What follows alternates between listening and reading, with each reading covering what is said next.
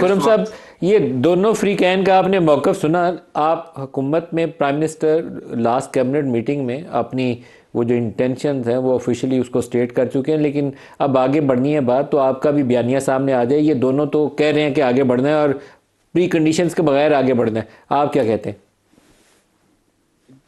جی، تو بہت اچھی بات ہے کہ اگر قومی ڈائلاگ ہونا ہے تو اس کا ایجنڈا بھی تو قومی ہونا چاہیے نا. اس کا ایجنڈا کراچی سے خیبر تک رہنے والے جو 25 کروڑ پاکستانی ہیں ان کی زندگیوں کے متعلق ہونا چاہیے.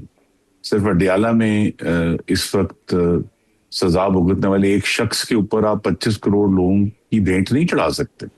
تو لہٰذا اگر یہ اس پہ بات کرنا چاہتے ہیں، لیجسلیشن میں بات کرنا چاہتے ہیں، میری نظر میں تو دو کلیئر چیلنجز ہیں اور وہ پولیٹیکل نہیں ہیں. ایک ہمیں دہشت گردی سے لڑنا ہے اور اس کے جو افغانستان سے ڈیل کرنا ہے اس کے اوپر سیاسی جماعتوں کی گفتگو ہونی چاہیے، اور کسی کے پاس تجاویز ہیں وہ ہم بالکل سننے کے لیے تیار ہیں. اور دوسرا چیلنج بلا شبہ اکنامک گروتھ کا ہے کہ ہمیں اب جبکہ الحمدللہ ایک پولیٹیکل اور اکنامک سٹیبلٹی حاصل ہو گئی ہے تو اس کے بعد ہمیں اس کو گروتھ میں بدلنا ہے. وہ بھی ایک اتنا آسان چیلنج نہیں ہے. اس پہ بھی اگر پولیٹیکل پارٹیز کے پاس آئیڈیاز ہیں تو اس پہ بات کرنے کے لیے تیار ہیں. الیکشنز کے بارے میں لیجسلیشن کے پروپوزل ہیں، اس پر بھی بات کرنے کے لیے تیار ہیں.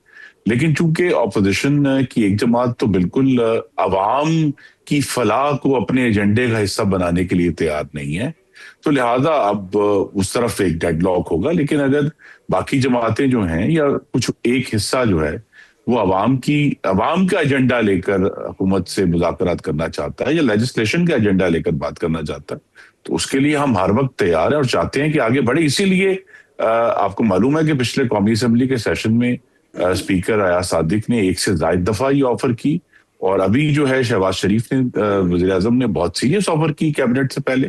اب یہ وہی شہباز شریف ہے جنہوں نے بطور لیڈر آف دی اپوزیشن اس وقت کے وزیر اعظم عمران خان کو میثاق مجتمع کی دعوت بھی دی تھی کہ آئے ہم مل کر بات کرتے ہیں.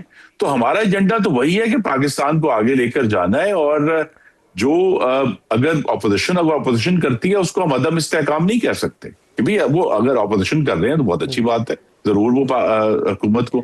لیکن اگر ایک ہی ایجنڈا ہوگا کہ جناب پاکستان کی پوری سیاست کا، میری گزارش ہے، پاکستان کی پوری سیاست کا نچوڑ اڈیالہ کی ملاقاتیں نہیں ہیں.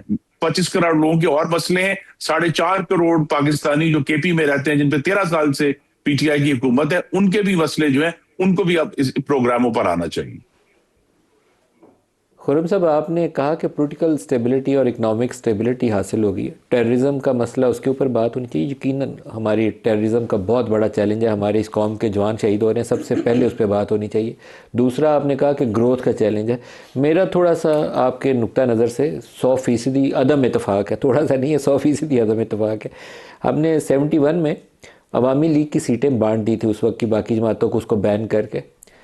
کیا وہ پولیٹیکل سٹیبلٹی کی طرف لے کے گیا تھا یا وہ ہماری بہت بڑی تاریخی حماقت تھی جس کو سبق سیکھتے ہوئے وہ حرکت دوبارہ نہیں کرنی چاہیے؟ ابھی بھی سیٹیں ان کی بانٹنی ہیں آپ لوگوں کو. آپ سمجھتے ہیں اس سے پاکستان میں جمہوریت مضبوط ہوگی، توانا ہوگی، پالیٹکس میں بہتری آئے گی؟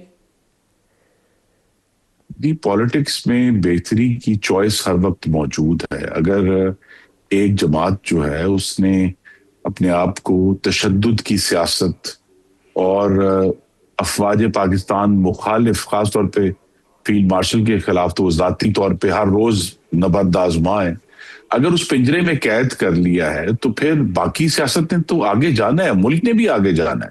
تو یہ ایشوز ان کے ہیں، اور یہ باتیں دیکھیے، یہ مذاکرات نہ کرنے کا نتیجہ ہے کہ یہ سیٹوں والا معاملہ ہوا. اگر اس وقت جس وقت یہ ہم نے مذاکرات شروع کیے تھے ابھی یہ فیصلے نہیں آئے تھے، اگر اس وقت لیجسلیشن کر کے اگر یہ اس وقت کچھ متانت کا ثبوت دیتے اور اس وقت لیجسلیشن ایسی ہو جاتی جس سے یہ رستہ نکل آتا تو آج یہ سچویشن نہ ہوتی. لیکن اگر یہ جو مستقل اصرار ہے کہ ہم نے کسی سیاسی جماعت سے بات نہیں کرنی اور ہم نے صرف جو ہے فوج سے بات کرنی ہے، اس کا یہ نتیجہ ہے کہ یہ ایک مشکل حالات میں جا رہے ہیں. اور اسی لیے اگر تحریک تحفظ آئین پاکستان نے ایک دروازہ کھولا ہے، اس کے ذریعے اس کو آغاز کرنا چاہیے، اور جب آغاز ہوگا اور کچھ اعتماد ڈیولپ ہوگا تو پھر اور بہت سے دروازے کھلیں گے.